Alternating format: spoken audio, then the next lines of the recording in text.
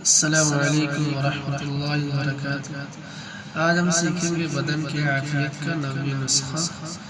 ये जो दुआ नबी सल्लल्लाहु अलैहि वसल्लम ने बताई है, इसके अंदर हमारे जिस्म के अंदर जितने आज़ा हैं उनके बारे में भी अल्लाह रब्बुल इज़्ज़त से आफियत मांगी गई है, और दुनिया की भी इसमें दुआएं हैं और आखिरत के लिए भी। चलिए शुरू करते हैं। इसके तर्जुमे को अच्छी तरह से सुनिएगा आप लोग। बिस्मिल्लाहिर्रहमानिर्रहीम।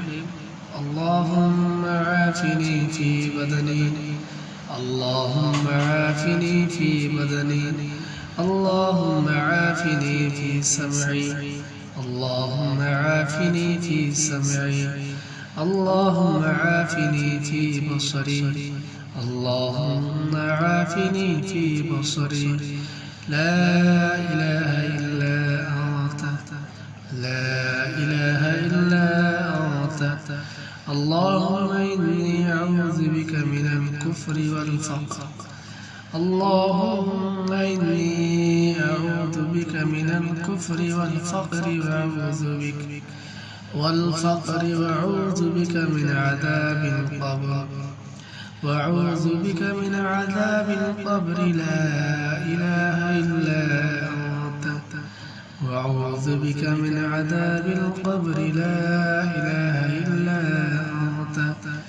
तर्जुमा: ऐ अल्लाह मेरे बदन दुरुस्त रखिए, ऐ अल्लाह मेरे कान आफियत से रखिए, ऐ अल्लाह मेरी आँख आफियत से रखिए।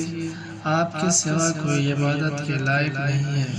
ऐ अल्लाह मैं कुफ्र और मोहताजगी से आपकी पनाह मांगता हूँ, और कब्र के अज़ाब से मैं आपकी पनाह मांगता हूँ।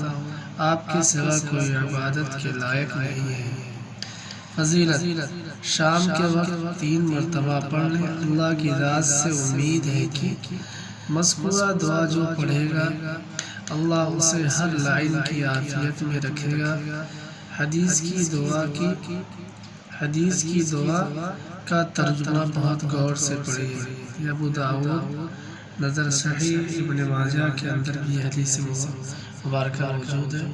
आप हज़रात से गुज़ारिश है कि इस वीडियो को ज़्यादा से ज़्यादा शेयर करें। आप हमारे चैनल पर नए हैं तो हमारे चैनल को सब्सक्राइब करें। अस्सलामु अलैकुम व रहमतुल्लाहि व बरकातुहू।